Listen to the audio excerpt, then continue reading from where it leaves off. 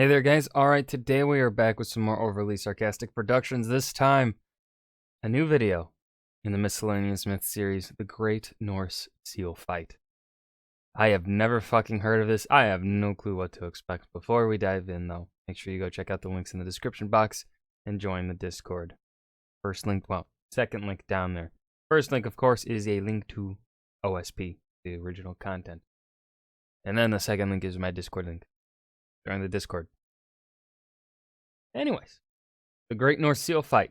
Let's go ahead and dive right in. So there's kind of a selection bias when it comes to mythology. Most of the stories we know are the ones that got codified somewhere, written down in some big important tome which got preserved and copied and translated and made it to the modern day pretty much unscathed, barring some Christianization or Victorian weirdness or the occasional fire. But fuck the Victorians.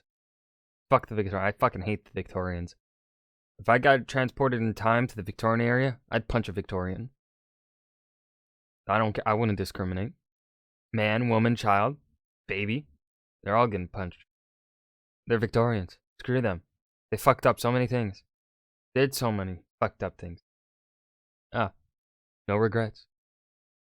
But focusing on those stories makes it easy to forget the impossibly vast body of mythology that we don't know. The stuff that got forgotten, overwritten, burned, never written down, or just generally lost. We don't know how much we don't know, but sometimes we get tantalizing glimpses of that long-forgotten knowledge that sends us down the rabbit hole, scraping together fragments of third-hand anecdotal evidence trying to piece together what that long-lost original story might have been, forcing us to gaze into the yawning abyss of lost knowledge and to confront the sheer incomprehensible enormity of it all. The body of knowledge we have about mythology She's giving me an existential crisis, but it's just talking about lost work. begins looking less like a shining edifice of marble packed with ancient tomes of knowledge and more like a thin cobweb stretched over a chasm. So today let's talk about that one time Loki and Heimdall turned into seals and threw hands, or more accurately flippers, because the minute I heard that I absolutely could not resist looking for more information. So to start our dive into this tantalizing tidbit, we check in with our old friend Snorri Sturluson. In the Prose Edda, Snorri mentions that Heimdall frequented Singastein, where he fought Loki for the necklace Brisingamen while transformed into seals. Snorri has the audacity to not give us any further. How should one paraphrase Heimdall? By calling him son of nine mothers or watchman of the gods, as already has been written, or white god, foe of Loki, seeker of Freya's necklace. A sword is called Heimdall's head, for it is said that he was pierced by a man's head. The tale thereof is told in Heimdallr Galdr, and ever since a head is called Heimdallr's measure, a sword is called man's measure. Heimdall is the possessor of Goldtopper. He is also frequenter of Valgaskr and Sigastein, where he contended with Loki for the necklace Brisingamen. He is also called Vindlair. Ulfr Ulgason composed a long passage in the Husdrapa on that legend, and there it is written that they were in the form of seals. Heimdallr also is son of Odin. Information about this, which is where the research rabbit hole starts. So first we go looking for Snorri's sources. Disclaimer that I'm not going to get any of these names right. Snorri is recounting a story from the work of one historical poet called Ulf Ugason, specifically a poem called Husdrapa, which Ulf wrote describing the dope carvings in a sweet new mead hall he visited one time. The carvings represented scenes from mythology, a battle between Loki and Heimdall, plus two more familiar scenes of Thor fishing for Jormungandr and the funeral of Balder. Now this is a poem about a carving of a myth, so things are already getting pretty third-hand, but more honestly, the poem doesn't mention them being seals, which is obviously unacceptable and warrants further research. But we've honestly run this particular angle. They must be seals, goddammit. Have to be. About as far as we can go. Snorri was struggling to interpret a poem that was in turn struggling to interpret a carving that was struggling to interpret a set of myths. We don't have the carvings, we barely have the poem, and we certainly don't have the myths we want. So let's see if we can't come at this from a new angle and find the story another way. Now the story isn't just about Loki, Heimdall, and seals. Snorri also mentioned a necklace, Brisingamen, so it might be worth taking a closer look at any mythology around that specifically. Loki is regularly cited as thief of Brisingamen, and Snorri implied that the fight was incited by him stealing it in the first place, so we might be onto something here. If nothing else, it's worth looking into this necklace a little more closely just to contextualize the conflict in the first place. Now, Brisingamen does actually show up in a few different places. It's actually referenced in Beowulf, where it's called Brosingamene, and it's said that a warrior, Hama, steals it from King Eormanric the Great along with a whole pile of treasure, but later has a crisis of faith and donates it all to a monastery. This isn't much, but at least it confirms the thing exists in folklore beyond just Snorri's angle. In the Poetic Edda, Brisingamen is referenced twice. When Freya learns that she's supposed to marry Thrym, king of the Frost Giants, she gets so pissed But it's not even me this time. triggers an earthquake and the necklace Brisingamen falls off her. Thor later wears it when he's disguised as Freya. Looking radiant, darling. Thanks. Which is pretty solid evidence that Brisingamen is mythologically important because it belongs to Freya. This adds some important details. What we know belongs to Freya, evidently a very iconic accessory of hers, attested in Beowulf, corroborated as a treasure beyond the Eddas.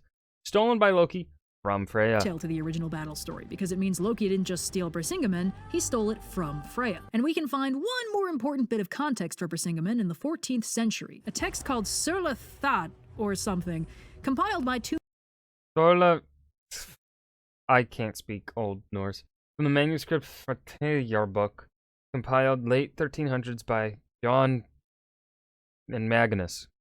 monks, but theoretically based on an earlier text, possibly 12th or 13th century. Now this text does something Snorri also did in the Prose Edda, but a lot less subtly. It pulls at ancient aliens and recharacterizes the Norse gods as highly advanced humans from somewhere else. In this case, Asia, because it sounds kinda like Iser, I guess. This was pretty common for monks. They wanted to document the myths and religious beliefs of the regions they Christianized, but they didn't want to do any heresy in the process, so they filed off the godly serial numbers and reframed everyone involved as just regular humans, honest. So in this story, Freya is the favorite concubine of King Odin, an extremely human man. Freya acquires the necklace Brisingamen from 4 dwarves, who will only accept payment in the form of sex, which Freya is cool with, but decides to keep her little secret. And while she shows off the shiny new necklace to Odin, she doesn't tell him how she got it. But an extremely human man named Loki catches... You're telling me a fertility goddess had sex? You mean a fertility human? Not a god, sometimes a horse. Extremely human person. Don't talk to me until I've had a mead of poetry. Totally not father of the storm. Is wind of the sexy time shenanigans, and Odin commissions Loki to steal Brisingamen from Freya's impenetrable bower, which Loki does by transforming into a fly, a very normal thing for humans to do. So Loki slips in and very delicately... You telling me you guys don't turn into flies? That's my Wednesday afternoon. Removes the necklace. Freya discovers the theft and confronts... Totally not glad of war. Is found... If found, return to Hugin. If found, return to Munin. Forget your hat. Odin about it, who admits to commissioning the robbery and agrees to return the necklace on one condition. Freya has to cause an eternal war between 2 kings, triggering a cataclysmic battle that will only be stopped when a very Christian dude braves the battlefield and kills everyone permanently. I'm sure it's a very interesting story, but I also don't care, so anyway, Freya agrees and gets the necklace back no problem. Now, none of these stories 100% resemble each other, and every single one has at least one piece that the others don't. None of them has the whole story, but we can kind of rearrange the pieces into an order that possibly makes sense. We can nail down that Brisingamen is Freya's necklace. She gets it by allegedly boning some dwarves, Loki steals it, possibly on Odin's orders, and Heimdall goes to get it back, possibly on Freya's orders. And when they fight over it, they turn into seals, according to Snorri and literally nobody else. I mean, I'll accept it as uncritical canon because I absolutely love everything about it, but we gotta admit it's pretty uncorroborated. So that's the story of how I broke out the conspiracy board and burned a week going down the rabbit hole just so I could draw this. You're all welcome. Thank you. Who knows what dark conspiracies sought to keep the objectively funniest Norse myth out of the public eye for long millennia. What I want to know is who turned it into a seal. First, probably Loki. Was Heimdall like, I must take the form of the ideal pursuit predator, or at least the most orbular? If you're wondering how this song is relevant, I invite you to look up the name of its creator, then pat me on the back for how clever I am. Ooh, the more I get of you, the stranger it feels, yeah. Fuck, what is the name of the... Fuck, I'm blanking on the song. Shit, I am gonna have to Google it. Anyways, that was the great Norse seal fight.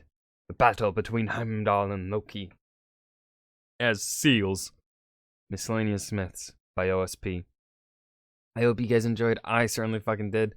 This kind of reminded me a bit like her Loki video, in which she did go down the rabbit hole and explained her process of getting and piecing together this story. And I love that. It's kind of my favorite aspect of her Miscellaneous Myths videos, is when she goes off and explains how she pieced together these stories stuff, and the old sources and whatnot. But I hope you guys... Anyways, yeah, that's the video. See you next time. Peace.